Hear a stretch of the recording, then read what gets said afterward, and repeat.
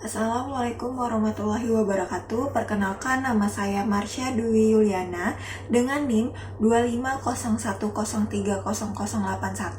Pada kesempatan ini saya akan membahas tentang pengaruh pola interaksi dosen di kelas terhadap keaktifan mahasiswa FISIP Universitas Islam Syekh Yusuf. Pembelajaran di perguruan tinggi menuntut para mahasiswa untuk aktif dalam proses belajar mengajar.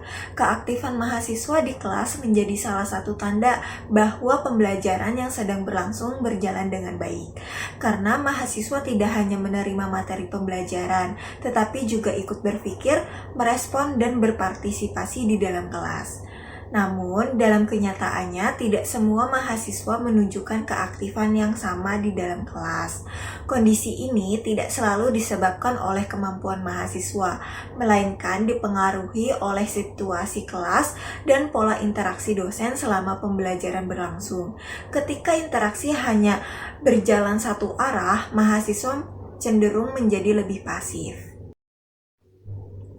Nah, adapun rumusan masalahnya. Rumusan masalahnya itu bagaimana perbedaan tingkat keaktifan mahasiswa di kelas yang dipengaruhi oleh pola interaksi dosen selama pembelajaran berlangsung, dengan bertujuan untuk mengetahui bagaimana pengaruh pola interaksi dosen di kelas terhadap keaktifan mahasiswa FISIP Universitas Islam Syekh Yusuf. Nah, selanjutnya ini ada komunikasi dalam pembelajaran. Adapun pengertian komunikasi dalam pembelajaran, di mana komunikasi dalam pembelajaran merupakan suatu proses yang selalu terjadi dalam kegiatan pembelajaran perkuliahan. Komunikasi secara umum dapat diartikan sebagai proses penyampaian dan pertukaran pesan antara dua belah pihak atau lebih. Saat pembelajaran berlangsung, komunikasi terjadi ketika dosen menyampaikan materi dan mahasiswa menerima serta merespon materi yang disampaikan. Menurut Separa dan Kuno, tahun 2022, suasana kelas sangat dipengaruhi oleh cara dosen berinteraksi dalam berkomunikasi. Komunikasi yang terbuka dan ramah membuat mahasiswa lebih nyaman, sedangkan komunikasi satu arah membuat mahasiswa menjadi lebih pasif. Selanjutnya itu ada pola komunikasi dalam pembelajaran. Pola komunikasi dalam pembelajaran menentukan apakah pembelajaran berjalan secara aktif atau pasif. Jika komunikasi lebih didominasi oleh dosen, mahasiswa akan cenderung menjadi pendengar.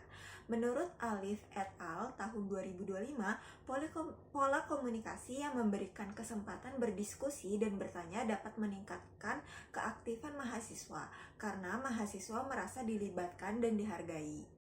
Adapun jenis-jenis komunikasi dosen dan mahasiswa. Jenis komunikasi dalam pembelajaran meliputi komunikasi satu arah, diskusi, dan tanya jawab. Komunikasi satu arah terjadi ketika dosen lebih dominan menyampaikan materi dibandingkan mahasiswa.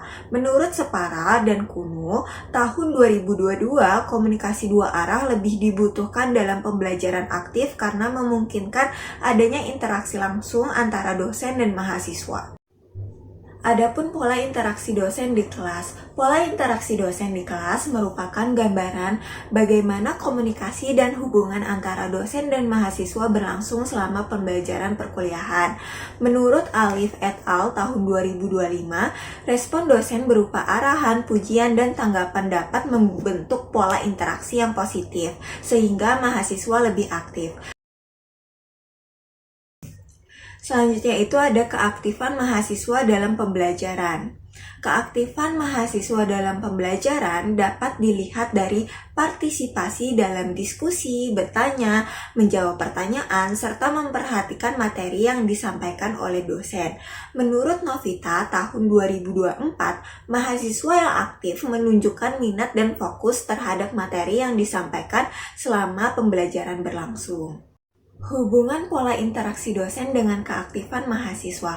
Pola interaksi dosen di kelas memiliki peran penting dalam membantu keaktifan mahasiswa.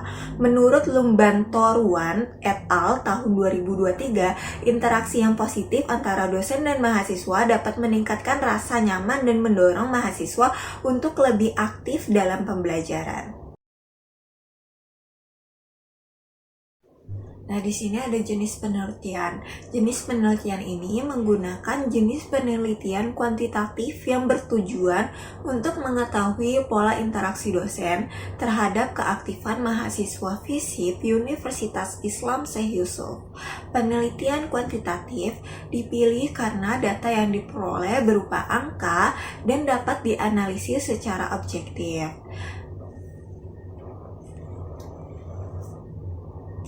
Nah, selanjutnya itu ada teknik pengumpulan data. Teknik pengumpulan data dilakukan menggunakan kuesioner yang berisi pertanyaan terkait pola interaksi dosen dan keaktifan mahasiswa dalam pembelajaran perkuliahan. Kuesioner disusun secara sederhana agar mudah dipahami oleh responden.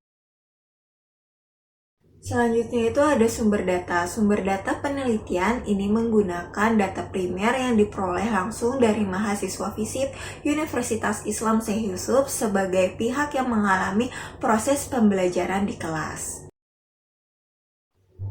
Demikian penjelasan yang dapat saya sampaikan mengenai materi yang saya presentasikan. Apabila dalam menyampaikan terdapat kekurangan, saya mohon maaf. Wassalamualaikum warahmatullahi wabarakatuh.